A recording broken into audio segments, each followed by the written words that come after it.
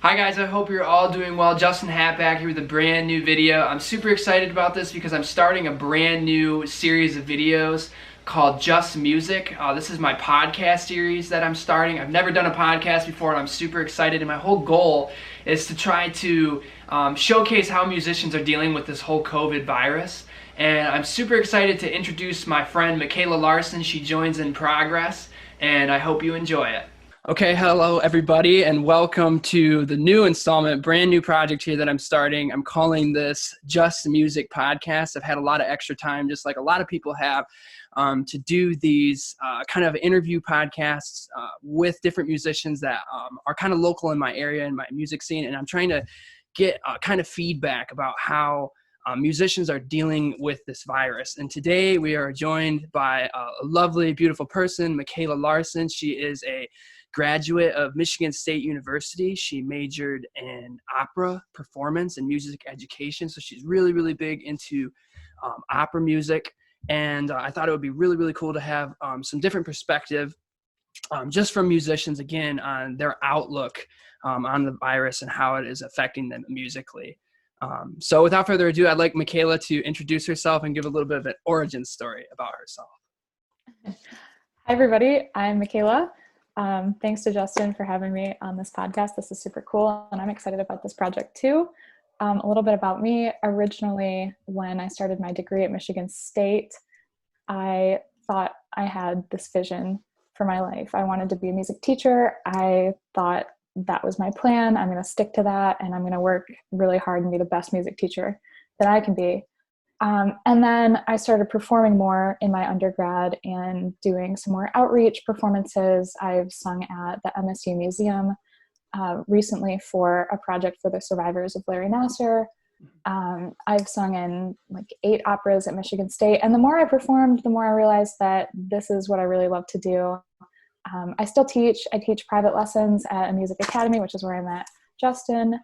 And I realized that I really love working one-on-one with people to help them, because I can really tune into what they need and what I can do to help them grow to be their best musician.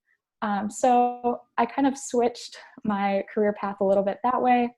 I've had some really unique opportunities. Last summer, I spent a couple months in New York City working on an opera there. 2 summers ago, I was in Italy for the summer working on a music festival in a small town called Todi. And so I've been really lucky to have some super unique experiences. And now that things are a little bit different with the virus and everything, I'm kind of seeing that as an opportunity to diversify and to reflect and spend some time kind of branching out in my musical skills. Yeah. So one thing, that was an awesome intro, by the way. Super, super cool. Thanks. Yeah, Michaela is very, very talented. I've never seen so much talent. She sometimes she underplays her skill level, but No. That's kind of she is you to great. say. But one thing to note, it's both interesting for Michaela and I, is the fact that we're both fairly new in our music careers, as far as like being out in the music scene and trying to do this as a career. And what I mean by that is we both, I just graduated from music school last year, and Michaela's just graduated now. So it's interesting because Technically 2 weeks from now. oh yeah, well, okay. but the thing is it's interesting for us because we have just got out of school, and now we have to figure out what we ultimately are going to do, how we're going to succeed in this. And then all of a sudden we're hit with this virus, and everything's been put on hold. So all of our gigs, recitals. I know Michaela had her opera and her senior recital that was unfortunately canceled. So it's just really bad timing as far as like the circumstances behind the virus and how, I know all musicians are being impacted, but specifically the ones who are now just graduating, who are trying to step out into the limelight and try to, make their career and really start it. It's not a very good starting point for us. However, so we have a list of topics here that I want to discuss with Michaela, because again, I'm really trying to gain different perspective on how people, especially people in the creative space, are dealing with this. So if I'm looking at my phone, I am not ignoring you, or I'm not texting on the side. I just have a list of notes. Okay, so I just kind of want to think, we'll just go down the line with some things that we pre-discussed, but what would you say the struggles that musicians are facing with the virus, and that could either be, presently and in the future, like how is this going to impact them individually, whether that's, creating, collaborating with others, because of this social distancing aspect and financially as well? Yeah, there are a lot of struggles right now. Yeah. The biggest one right away was discouragement, or Yeah, I think a lack of motivation, for when sure. I just kept finding out that this gig is canceled and you're teaching 13 students a week right now, and now we have to close the academy basically, and now you only have 3. So Right. and like recitals and all these things that I had been working towards being canceled, made me really think about, what am I actually working towards now Right. that all those things are gone.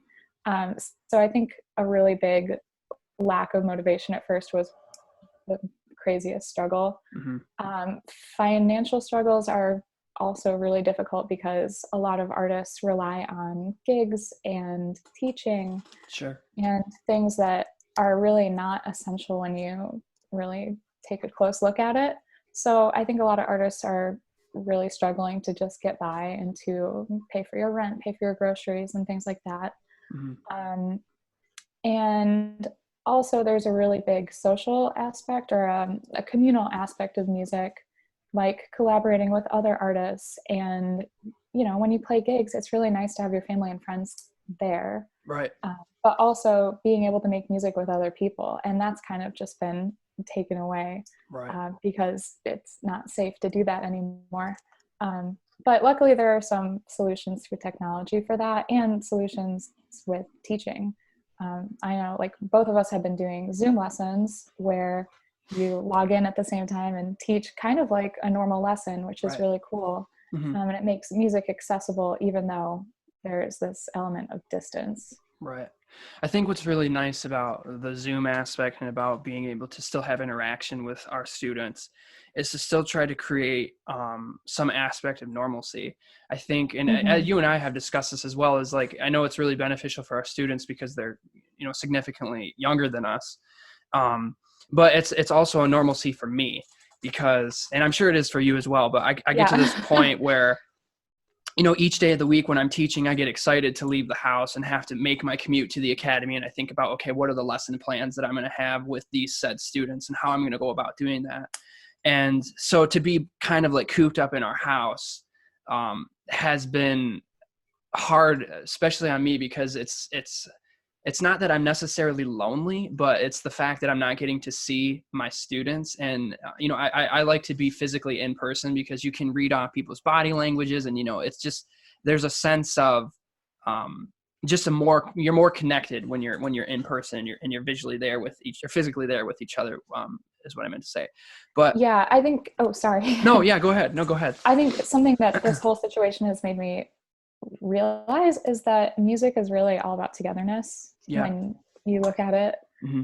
Um, and it's really hard when you're not together, Hmm. if that's with a student or your teacher or people that are in your band or someone you play with. Right. Um, it is really awesome and it's super beautiful. Right. That music is so communal and relationship centered, but it makes it really hard when you take that away. Right. And I feel like the sense of urgency has been eliminated in terms of, like, I know like some musicians, they're like, oh, I have this gig on this date, so I need to practice this, and this and that. And because of all these things being canceled, it's like, okay, well, what am I shooting for? What am I aspiring to do? Because I'm trying to set these little micro goals for me each day and say, okay, I should practice this, I should finish this piece or do that. But it's really frustrating and hard because you're like, well, I can do this, but I'm not necessarily going to be performing it for somebody anytime soon unless I, put it out on YouTube or on my Facebook or whatever. I'm doing like live streaming concerts for that matter. But that's where my frustration lies, is it's just like, Right. I'm performing and practicing for an audience that essentially isn't there at the moment. Yeah. I mean, I did this even before the whole shutdown happened, but I have a notepad Mhm. and I'm covering up a word on the notepad because it's not Censorship. school appropriate. But basically, get your stuff together. And at the beginning of every day, I write down, what do I have to do today? What are the things that I want to get done? Mhm. And it really helps me. I don't know if everyone's like this, but it helps me to just have a list of things that I can check off as I get them done. Mhm. And just setting small, attainable goals, I Right. think, is healthy, and people need that structure right now when Right. it seems like there's no structure. Right. Well, and the thing is, we should note too. Obviously, if you're listening, you know that we're in the Michigan, the mid Michigan Lansing area. We actually have been quarantined essentially for an additional 3 weeks before the official state and federal quarantine came through. Our academy decided that it was in their best interest for the safety of their students and families to close when the public schools started closing. So we have been, like I said, we've been home and quarantined for an additional 3 weeks. So when we say that, we're really stir crazy for not being able to go out and, have interaction with people. That is an understatement, because we are so ready to be done with this. Michaela and I have been texting like every single day, like several times a day, and we'll say, "Oh my God, I'm so ready for Like, this to be I can't over." do this anymore. Yeah, it's tough. It really is. And I think, going through with this future and stuff, you're going to find that, unfortunately, there's going to be a lot of, like depression and anxiety that come through with this, because we're social beings. We need that interaction, besides like the music aspect. Okay. Yeah, that was really good. Okay. So my next question to you is, I know you've been doing a lot of live streaming. I'll have Michaela's links down in the description so you can check her out. She does live streaming. Oh gosh, you don't have to do that. No, it's okay. I'm going to put it. Okay. Michaela is an awesome singer. Like I said, she's an opera singer. So beyond opera music, she can sing just a huge variety of music. And she does take requests on the spot. I will put that in there. And if she doesn't, if she can't do it exactly that night, she will make sure that she learns it for the next concert. But they are really fun to watch, and they're very entertaining, and they're free. So, but yeah, anyway, so tell us about your live streaming and how that's kind of been nice for you to kind of break up the monotony of like staying in home every single day and all of your days kind of running together. You're kind of setting yourself up where you're like, okay, at Friday at 8 o'clock, I'm going to do this live stream, and I'm super excited to do it because I do have something to look forward to. Yeah, exactly. So when this all started, like almost a month ago now, which is nuts to think about, Right. I took almost a week where I didn't sing, I didn't play music at all, which is nuts for me. I haven't, every day of my life for at least the last 4 years, I have spent hours in the practice room working on things and setting goals and preparing things for recitals or an opera project or whatever, something for my lessons. Sure.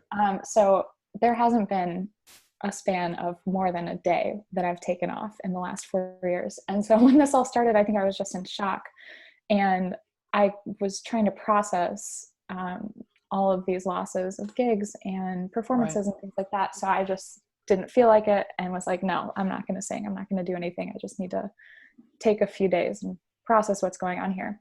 And so after that, I started thinking about, well, what can I still do? How can I get my music to reach people? How can I use that to bring some kind of joy into my life and the people, my friends and family, the people that I love, because they need that as much as we need that. People love music and it brings them joy. Right. It means a lot to people. So I've never really been a performer much of pop music. It's not really my forte. I've spent the last 4 years kind of in like a music conservatory like setting where all day, every day, classical music. I sing, mostly the things that I sing are Mozart. I sing a lot of French music from the 20th century. So things that most people really, I hate to say it, but most people don't really sit down and listen to that stuff. So I was like, well, I'm just going to work on doing music for fun. I'm going to start working on music that I like and just spending some time creating something, using my skills, using my voice and my ears to make music, because that's something, that's my life. That's what I do. Right. So I needed to find a way that I could do that and share it with people. So I was like, well, I'm going to try doing a live stream concert just from my house. I've never done that. I've really never done any kind of like social media performances because I don't know. I haven't been in that situation where I've been like, oh, that's going to be really cool. Or I need to do that because I have consistent performances where I know that I can reach people with my music. Right. So I invited my friends and my family to it. And the first one I sang mostly things that I wanted to do. And I took some requests. I was like, well, if you send me your favorite song, I'll do a cover of it on my live stream concert. Mm-hmm. Let me sing your favorite song to you. Hopefully I can cheer you up a little bit. Right. Because these times are really tough. And Right. some people took me up on it. And it was really fun. I had a great time with it. And it allowed me an opportunity to work on some skills that I really didn't work on before, like making arrangements of pop tunes and sitting down and accompanying myself for one. Like my piano skills are all right. It's not my main instrument. No. Here we go. Like I said.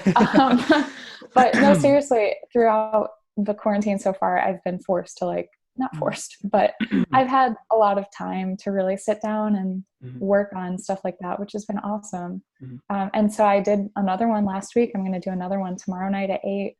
And it's really cool because a lot of my family members from, near and far, and friends that I made years ago that I haven't really talked to. I used to be a camp counselor, and a bunch of my kids that I taught at that camp were on the live stream sending me songs to do. And I was like, oh gosh, hey, how are you? I miss you. I hope you're doing well.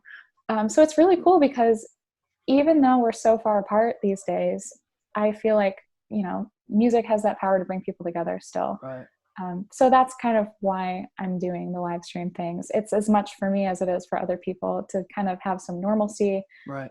You kind of mentioned this when you were asking this question, but it is really helpful for me to have that goal, even if it's a week at a time or a day at a time, to have something to work towards. And I think that's really important. If you're an artist and you're feeling like your life doesn't have direction right now, try something like this, because it gives you something to work towards, even if it's informal, even if it's, just pop music. It's still a performance, it's still getting into the habit of working on your craft every day and sharing it with other people. So I think it's super fun, and it's also really important. So. I definitely, I've done a couple live streams, mainly over on Instagram. I did one on YouTube, but it is definitely kind of fun to interact with people in that way. It's a little daunting at first, just because it's like, if you've never done it before, you're like, oh, I'm putting myself out there, but to me, it's like, you got to just treat it like it's a performance, Right. Yeah, it's amazing to me because I was like, oh, I'm not going to be nervous. I'm just playing pop tunes. Right. But minutes before, I was like pacing around the kitchen, and my dad was like, what's wrong with you? I was like, I'm nervous. Yeah, right. But yeah, no. So the good thing about it is like, even if you're having misdirection in terms of what you think you should be focusing on, I've been using this time to try to come up with new ideas in the creative space. So I've been practicing and things like that, but I've been trying to look into how to upgrade my recording style. How can I improve that? How can I improve my audio, my video quality, or just new ideas? Like, for example, this is the very first premiere, if you will, of this podcast series, which I'm super excited about. I think it's going to have a lot of kind of a snowball effect. I think a lot of people are going to get really interested in it and really dig it. So this kind of leads me to my next kind of question. So for those of you that don't know, Michaela and I have actually, before this all happened, we were actually rehearsing together, and we were doing some collaboration. Our whole end goal was we were going to work together and see if we could eventually have, leading up our work to having some paying gigs. But unfortunately, due to circumstances, that has been cut. So how do you think this whole COVID-19 thing is kind of affecting musicians and how they're trying to collaborate with each other? I mean, it's obviously really difficult to try to have a rehearsal practice space through Zoom. No matter how good the video quality is or the audio quality, it's a difficult task to try to do that. So how do you think musicians are handling that as far as working with each other and collaborating? This is a hard question for me to answer because I haven't been. Yeah. It's really been a challenge for me. It's even hard when I'm teaching lessons, and in the piano books I have, there's these optional duets that you can play with your student. And it's really cool because it, playing with someone else really makes you focus in on your sense of rhythm and just kind of an overall ensemble goal oriented kind of feeling, which is important, I think, for young musicians. So that's a big part of how I teach lessons. And it's cool for students to play along with their teacher. It's awesome. Right. But I really haven't been able to do that so much, through teaching through Zoom, because there's a little bit of a lag. Right. So that's a challenge. And, you know, it's, I haven't quite figured that out yet. But I have seen a lot of other artists doing like, virtual choirs or people recording a track and then forwarding it to someone else, and then they record over that track and then Yeah. forward it to someone else. And Yeah. you make a song remotely. Right. Um, like I said, I really haven't dabbled so much with that, but there are possibilities, and I think it's important that people explore that and use the Right. time that they have to, try it. Just go out of your comfort zone a little bit and try something different. So there's a group of this is good. This is a good transition. So there's a group of Florida musicians that I respect a lot and that I follow. A couple names that I'm going to drop here. One of them is Andres Collin and one of them is Sean Daniel. They're both in the Florida area, but there's a bunch of online educators that, as you mentioned, they would lay down a track and they would send it to another I guess YouTuber, musician, online personality, and then they actually blended this all together and mastered it and made a song. And I just thought that was super cool because I mean, there's a couple of them that are based in Florida, and then some others, like one of the guys that was a part of it, his name is Samurai Guitarist, and he's actually in Winnipeg, Canada. And so they did this song, and it's a really good song actually. I'll link it down below. But I just thought that was really cool because I was like, well, that's a different way of collaborating. It kind of eliminates this idea that you have to always be in person. I mean, there's like obviously really, really talented musicians out there that live, across the big pond. And I think that would be cool to be able to collaborate with them. But obviously, because, being so far apart, it's just cool that we're in a world now, in a place that, we're able to do those types of things. I think this is the first kind of like positive thing. If you can, pull positive things that are out of this virus, is that you're connecting with people even more. Not only just because you have more time, but it's just giving us the ability to do that, which I think is, super, super cool. Yeah, I think it's kind of allowing people to branch out in ways that they normally wouldn't, Mm-hmm. because people are like, well, what am I supposed to do with my time now? Well, I might as well do that. Right. That being said, I do think when and if things go back to normal, I'm just excited for that, because there's no substitute for the feeling of like being in the same room with someone and like singing with them or making music. Right. So that's something that I really miss. Okay, yeah, I completely agree with that. So that kind of leads me to this next thought. What do you think, like, as far as like the long-term implication of this virus? I mean, I know eventually life is going to resume, but I think because we're reaching new territory, I'm very curious to see how the music scene, or just the creative space, is going to kind of bounce back from this. Like, do you think there's just going to be this huge resurgence of live music and, I don't know, spoken word and all these kinds of things just popping up because, people have been, isolated for so long that they're just going to go out and they're just going to be like, oh, I got to see all these musicians or whatever, just because, I don't know, for some musicians, they might have like a monthly gig and they might have, regular routine people that go out and watch them and support them that are, huge, like super fans. And they've, been missing that for several months. So I'm really curious to see, what's your thought processes, or what you think will be like the outcome after we're getting the, okay, clear to go. You can go outside and, be around people again. Yeah. I mean, I know what I'm going to do when this is all over, and that's go to my favorite coffee shops like every single day, go see my favorite artists or even my friends that are performers. I'm just going to soak it all up. And I think that's kind of what everyone else is thinking right now too. Right. I think a lot of people are realizing how much they took for granted in their daily life. Yeah, 100%. And I know the Met Opera, one of the most popular opera houses in the US, it's in New York City. They've been doing live stream operas every single night of old recordings and videotapes that they have of these opera performances. So they've been streaming those for free every single night. And I feel like a lot of people that normally wouldn't watch opera are like, well, what else am I going to do tonight? Might as well watch Fledermaus, I guess. Yeah, right.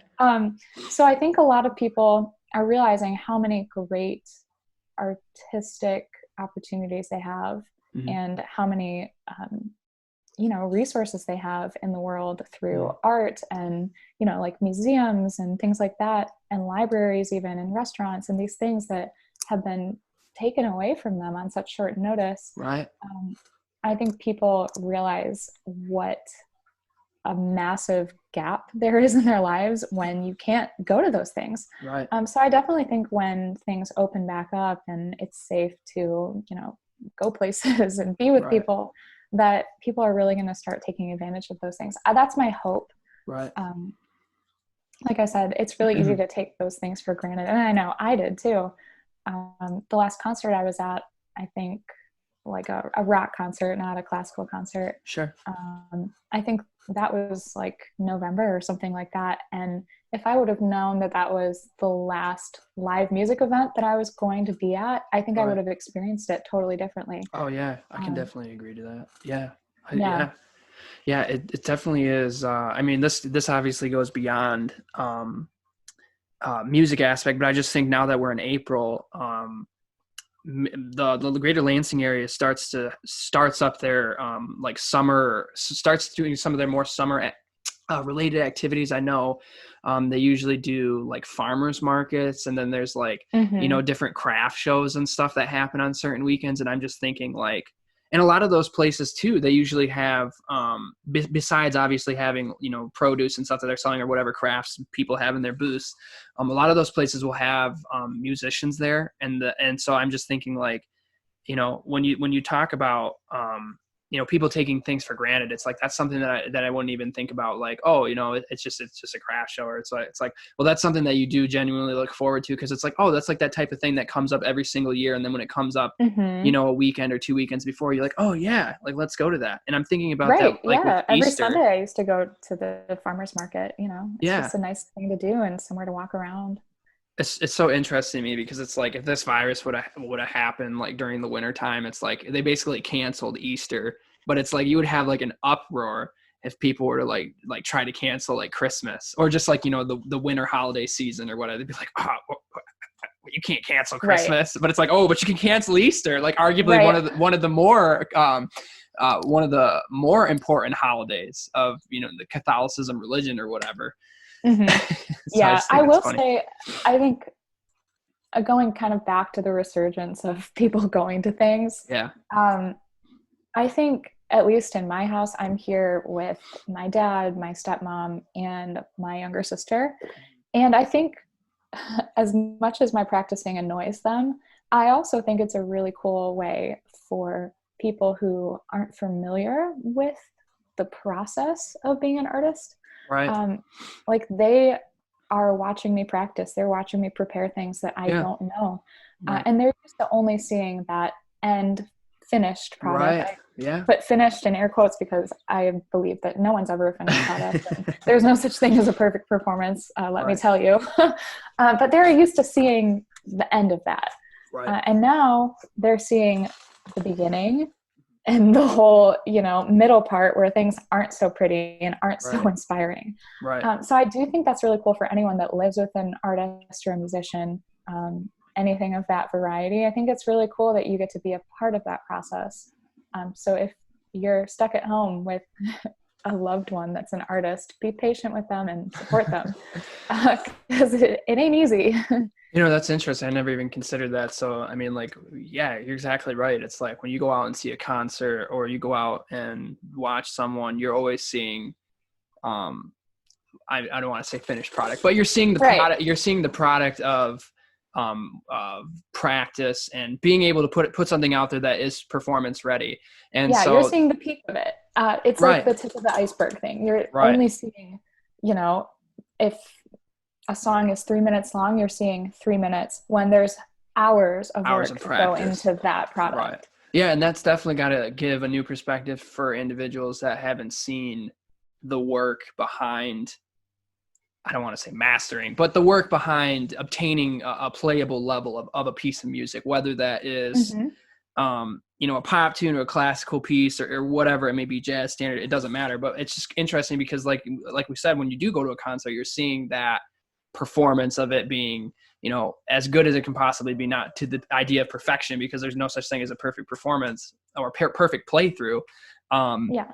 But yeah, that is interesting because actually it's funny because there are been some live streams that I've caught on where people are just live streaming their practice session, which I think is really interesting. So, Oh, yeah, but it's kind of I'm cool. not brave enough to do But it that. gives you perspective because you're like, oh, okay, so, X person or whoever the person may be doing it, they're sitting there, practicing whatever they may be working on. And it's just like, oh yeah. So they are human too. They have to sit down and practice Yeah. and work on things. It's not like, oh, well, you're great because I see all these performances, but I like to see, it's just interesting because we're both musicians, and to see how other people sit down and go through their practice regimen is just interesting Oh to my me. gosh, yeah. Yeah, the way that you practice and the way that I practice are probably two totally different things. Yeah. Everyone has their own thing. Yeah. And I mean, for me too, it's like, I'm still trying, I don't consider myself to have a fantastic practice regimen. I would still like to improve on that. Like, and that's what's nice about this is since Now we is a have, perfect yeah, time. since we have so much time, it's like, okay, how can I make the most of, if I'm going to sit down and I have, 3 to 4 hours to practice, how am I going to chunk that up into making it the most beneficial to me? Am I going to spend a half an hour on warming up with scales and then, another half an hour to rep, or, whatever it may be? It's just interesting. Hmm. Okay. Yeah, this is great. Yeah, Okay. for sure. Okay, I think we already kind of touched on this and how the use of technology during this time plays a role in the music feature. I think, excuse me, in the music Yeah. feature. I think we kind of talked about how it's nice that we have the ability to live stream concerts from people from their own homes and things of that nature. There have been Hmm. a lot of like pop star musicians or like main, I don't know, contemporary artists that are like in the limelight that have been doing a lot of these concerts, which is cool. This is one that I think is really good because we were kind of segueing into this. What do you think would be, I mean, because we do have so much time, and I know you kind of mentioned this earlier where you had that little pad of paper where you kind of write down each thing that you want to kind of accomplish in every single day. Do you think about, like, when you're setting that up, do you think, well, okay, so if I'm thinking of this like Monday through Friday, I'm thinking, okay, Monday I'm going to dedicate to technique. Tuesday I'm going to dedicate to rep. Wednesday and Thursday I'm going to dedicate to preparing for the live stream that I'm going to have on Friday? Or how are you, kind of like setting up your weekly routine to be beneficial and not, I mean, because I've been guilty of this because I've had so much time off. I've had days where I'm like really, really progressing a lot and I'm recording stuff and I'm like, okay, I got this done today. And then the next day I'll just sit there and I'm like, well, it's 2 o'clock in the afternoon already, and I've pretty much wasted like, 6 or 7 hours, and I don't really Yeah. know what I've even done today. Hmm.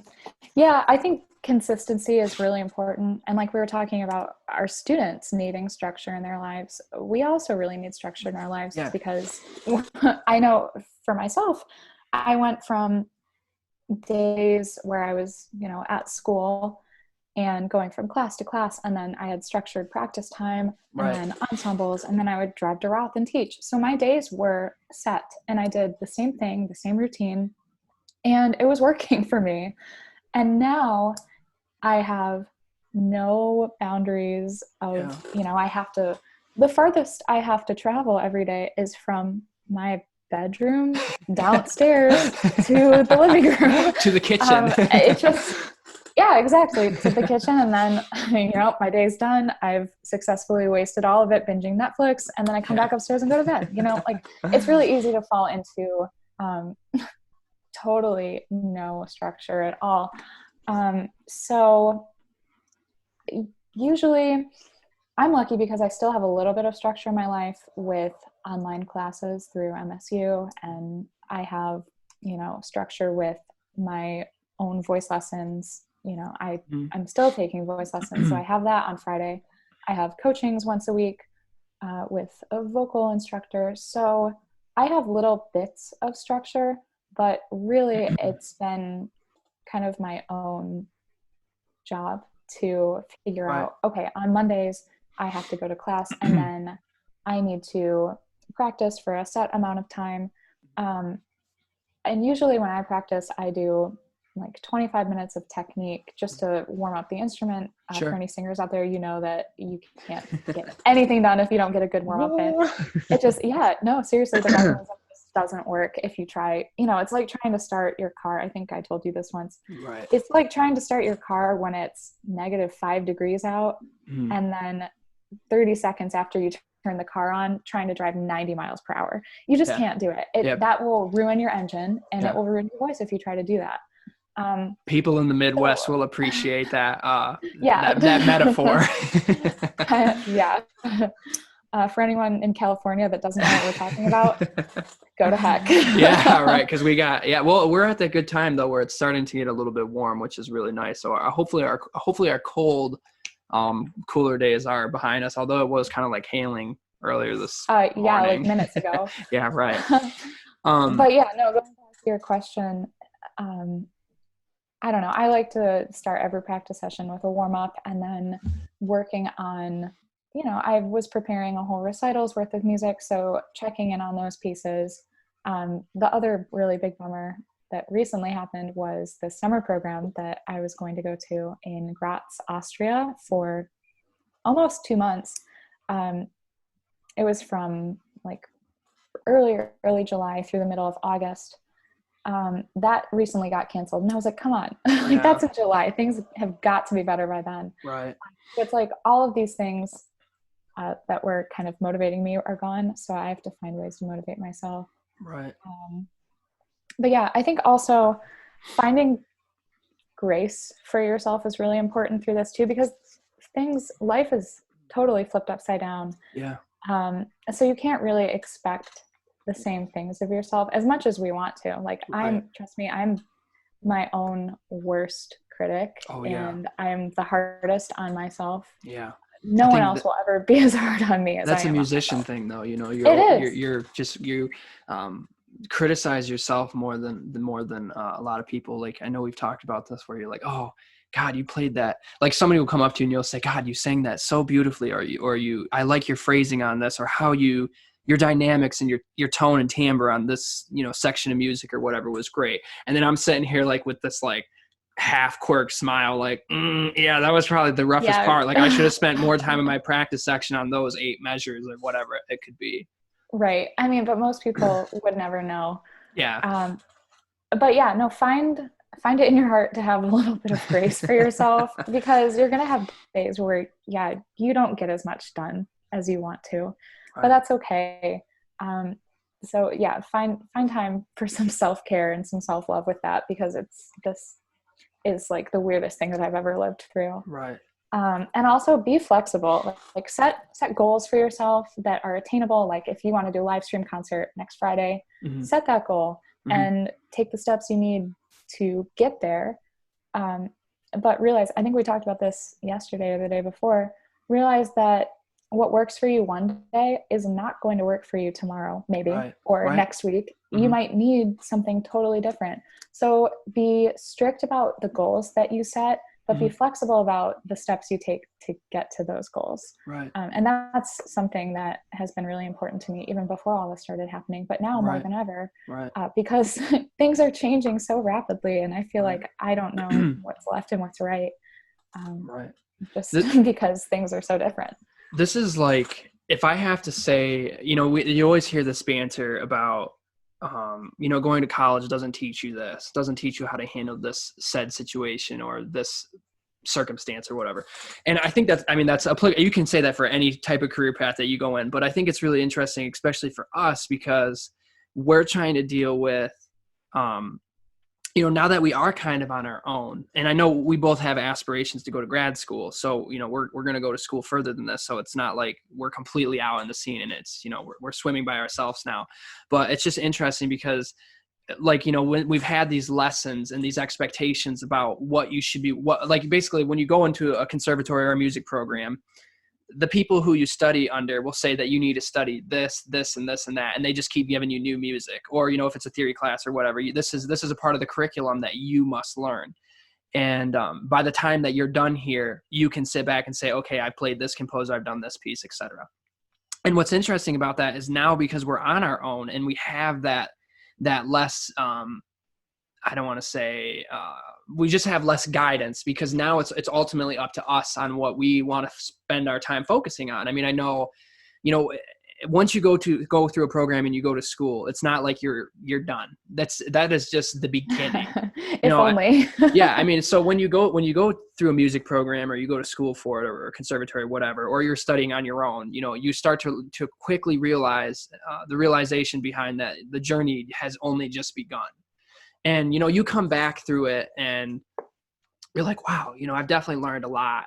And then you sit down next to somebody else and you're like, well, that person right there has got, a decade of experience on me. And I have just that much more stuff that I need to work on, or, more things that I want to obtain. And I think about this because only a year ago I had my recital, and I had that recording up on YouTube. And when I watched that, I'm like, oh my God, it's so cringy. Like, it's so bad. Oh, come on. Well, I mean, it's not bad. oh yeah. Well, I think to myself, like, and I watch it and I think about measure by measure, because that's just the way that my brain works. And I'm like, okay, on this Tarrega piece, measure 15.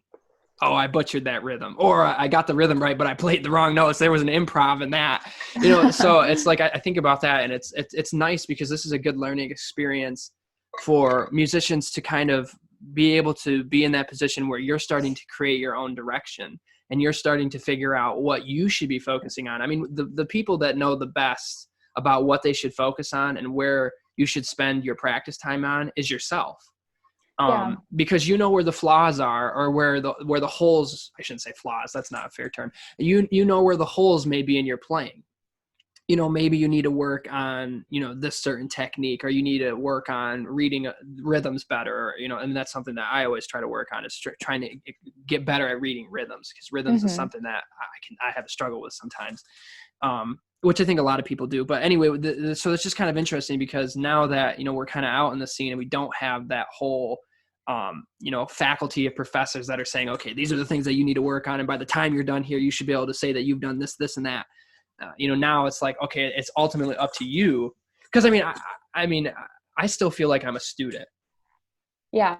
Even though I'm teaching and I'm giving lessons, I'm still a student myself, because I have lots to learn. We all do. Right. That's the really great thing, is that, everyone's still learning all the time, and no one's ever a finished product. That's like one of my mantras. No one's ever done. There's always something else that you can learn. Right. And I think this shift, like you were talking about just a minute ago, of having a full faculty of people that are masters of your craft, that are there to be your mentors. Well, yeah. Well, no, they're good. They're good. I think, like, the faculty at MSU, oh my gosh, have they ever, like, my professor, my voice teacher, Mark Embry, Mark, if you're watching this, Professor Embry, tag him. He's in the description. Tag him. I have never seen anyone take the stage like Professor Embry. He fully embodies whatever character he is singing. And it's truly inspiring. Every time I see him sing, I'm like, oh my gosh, I'm so lucky that I get to learn from him, because he's brilliant. Right. And so I think a lot of young artists right now are really having to take a step back and think about what it means to go from a setting where you have these people guiding you. Right. And now you have to guide you. Right. And I think it's a double-edged sword. It can be really scary, because you're like, oh my gosh, I have no idea what I'm doing. Right. But it can also be really awesome, because you are in full control and in full responsibility of what you're learning and what you're doing. And I took some notes on this because this is really important to me. Let's hear it. I took all my little notes for this podcast. I think two really big points on that. Number one being resilience. You can let this virus beat you, and you can just say, like, well, this sucks, I'm not going to do anything. Or you can be resilient and you can stay devoted to your craft. You can keep working on things. Right. Even if it's just for a few minutes every day. You have to be resilient. You have to be flexible. And then the other side of that is reflection. And I've been doing this a lot, and it's not something that I necessarily had time to do before this. So I feel really lucky that I've had time to reflect. And the notes that I took down were: take time to explore some new aspects of your craft. So for me, that's been pop music and using technology to reach people. Right. Some examples maybe are some deep listening. Take some time to really just like submerge yourself in other people who are musicians, other artists, some new genres that maybe you're not familiar with. Take time to explore through listening. And for me, deep listening means like I turn the lights off, I get my nice headphones, and I just like sit on the floor and totally just like submerge myself and lose everything else and just listen. Right. And to me, that's an amazing thing. It really helps you tune into the nuances in the music. It's super fun. It's great. You know, get a snack, light a candle, just have fun, listen to music. It's great. A lot of artists really don't do that because they're so busy. Yeah. And it's like a meditational thing too. Yeah, exactly. Yeah. It really, your ears are an amazing tool that you can use. So take Still time working to on mine. Right. Well, everyone is. Me too. Perfect fourth. Another aspect of reflection that I've been trying to do is read. And I like to read, so this is kind of fun for me, but some books, I pulled them off my shelf, some books that I would recommend to other people out there.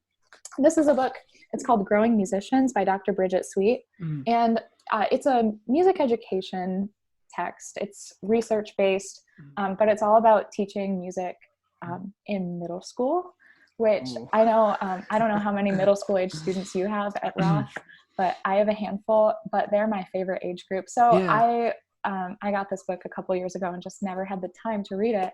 Right. But it's super awesome. So I would recommend this one for anybody out there who's aspiring to be a music educator. Bridget Sweet's brilliant. And then this book I've had for years. Oh, yeah, I know this book. You know this book because you've been over. I have this on my shelf, and I want to say my dad gave this book to me in like 2012, maybe. Christmas 2013. And so it's 1,001 albums that you must hear before you die. And it's really awesome to start at the beginning. It starts in the 1950s and pick one album a day or one album a week.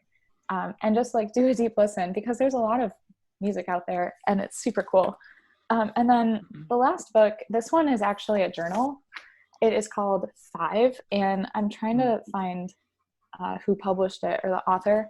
But this one is really important for setting goals. It's kind of like your 5-year plan. And it lets you sit down and think about like, what's important to me? What things do I really want to accomplish in the next 5 years of my life? And I would recommend this one right now because people have time to reflect. Yeah. People have time to think about what their long-term goals are, even if in the short term things seem so uncertain right now. Right. Now is a really good time to center in on what's important to you and what you want to accomplish. So those are my short plug for all of the reflection aspect books I've been reading. So this is great. It's really, I definitely, I appreciate your well preparedness. It's so funny because I had this idea that I wanted to do, just because I wanted to kind of break up, some of the monotony and all of the tutorial videos that I do. And I just, post covers on the channel and stuff. And I've been posting more like, just like meme type worthy troll stuff.